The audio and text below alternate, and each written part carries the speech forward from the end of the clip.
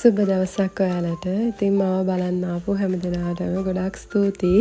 හැම දිනාටම සුබ දවසක් කියලා ප්‍රාර්ථනා කරනවා. ඉතින් අද උදේ ඉඳලම හොඳටම වහිනවා. ඉතින් අද මං හිතාගෙන හිටියේ මගේ මල් ගස් වලට පෝර දාන්න ඕනේ කියලා. ඉතින් ඒ අදහස අද වෙනස් කරන්න උනා මේ වැස්ස නිසා. ඉතින් අද උදේම පහන තියලා ගෙදර වැඩ ගොඩක් තිබුණා. ඒ ටිකත් ඉවර කරලා ඊට පස්සේ මං ඔයාලටත් ප්‍රයෝජනයක් වෙයි කියලා හිතන දෙයක් කරන්න ඕනේ කියලා. ඉතින් ඇත්තටම උදේට මේ විදිහට පහන තියලා වැඩ පටන් ගත්තාම හිතට ගොඩාක් ලොකු නිදහසක් ලැබෙනවා. ගෙදර වැඩ කරන්න ලොකු හිතට ශක්තියක් ලැබෙනවා මේ පහන තියෙන එකෙන්. ඉතින් හැමදේම පටන් ගන්න කලින් අපිට පුළුවන් නම් ගෙදර පහන තියලා තමුන් අදහන ආගම සිහි කරලා වැඩ ටික පටන් ගන්න. ඇත්තට මේක ගොඩාක් වටිනවා ජීවිතේට. මොන දේ කරන්නත් අපි අපේ ආගමට මූලික තැන දෙන්න ඕනේ.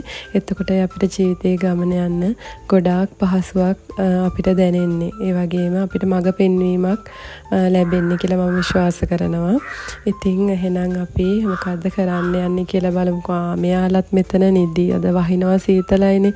ඉතින් මේ අපේ පූසු දෙන්නම සෝෆා එකටලා හොඳට නිදි. ඉතින් ඔන්න මම නිින්ද කැඩුවා එයාලගේ. ඉතින් දැන් යන්කෝ එහෙනම් අපේ වැඩේට.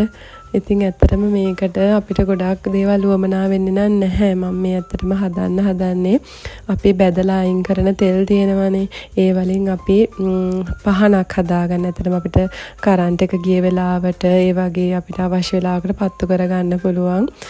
අපි බැදලා ඉවර වෙච්ච තෙල් අපි නැවත පාවිච්චි කරන්න හොඳ නැහැ කියලා අපි හැමෝම දන්නවනේ. මොකද ඒකේ සංයුතය වෙනස් වෙනවා දෙවෙනි පාර පාවිච්චියට ගත්තොත් ඒක ශරීරයට විෂයි. ඒක හොඳ නැහැ. ඒ නිසා අපි තෙල් අනිවාර්යයෙන්ම අයින් කරන්න ඕනේ. ඉතින් මම මේ බෙදපු චිකන් වගේක් බෙදපු තෙල් ටිකක් ඉතුරු වෙලා තිබිලා මම ඒක තියාගෙන හිටියා මේ වැඩේ කරන්න ඕනේ කියලා. ඉතින් අද ඒකට දවස තමයි කියලා හිතලා තමයි දැන් මම මේ හදන්න පටන් ගත්තේ.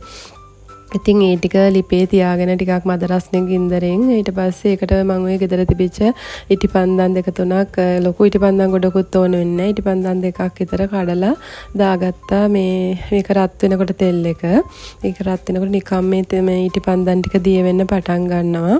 ඊට පස්සේ අර මැද තියෙන නූල අපි අයින් කරගන්න ඕනේ. මොකද ඒක තමයි ඊට පස්සේ අපි මේ ඉටිපහන හදාගන්න පාවිච්චි කරන්නේ. ඊට පස්සේ මම ඒකට ඔය පාවිච්චි කරේ පරණ තාච්චියක් පාවිච්චි කරන්නේ නැති.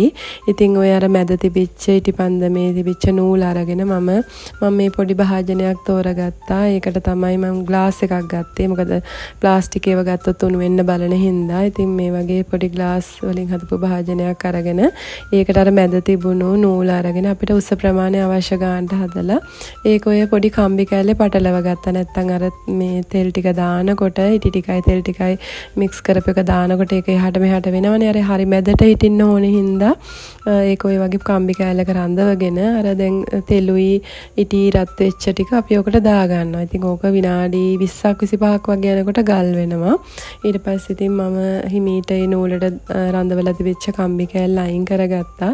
ඉතින් බලන්න ලස්සන පහනක්. ඉතින් අර රතු පාටයි මම දම් පාට ඉටිපන්දන් කෑල්ලක් නේ දැන් ඉතින් ඒකේ පාට මික්ස් වෙලා තමයි ඔය පාට ඇවිල්ලා තියෙන්නේ. දිගටම ඉටි පන්දමේ නූල දිග වැඩි නම් ඒක කපලා දාලා අයින් කරන්න පුළුවන්. ඉතින් මේ විදිහට පත්තු කරගත්තාම අපිට කරන්ට් එක ගිය වෙලාවකට හරි අපිට පාවිච්චි කරන්න පුළුවන් අපිට අවශ්‍ය වෙලාවකදී. ඉතින් මම ඒක හලත් කරපු එකෙන් පහන් දෙකක් ඔක්කොම තුනක් හදාගත්තා. ඔය අනිත් ඔය දම් පාට වගේ මලක් සෙට් කරලා තියෙන භාජනය නම් ඕක මම ක්‍රීම් ගෙනාපු පොඩි බොටල් එකක්. ඒක තමයි මම හොදලා තියලා ඒකට ගත්තා. ඉතින් අපිට අවශ්‍ය නැති ඔය පාවිච්චි කරලා ඉවත දාන දේවල් අපිට මේ වගේ දේවල් වලට ගන්න පුළුවන් නේ. සල්ලි දීලා ගන්න ඕනේ වෙන්නේ නැහැ. ඉතින් මේ වගේ පහන් තුනක් හදාගත්තා. ඔයාලත් හදලා බලන්න ආස විදිහට ඩෙකොරේට් කරලා ලස්සන මේ වගේ පුංචි පහනක් හදා ගන්න පුළුවන් විසි කරන දේවල් වල ඉන්නේ. ඉතින් ඔයාලත් කරලා බලන්න. ඉතින් මම ගිහින් එන්නම් ආයි නැවත හමුවෙමු වීඩියෝ එකකින්. සුබ දවසක්.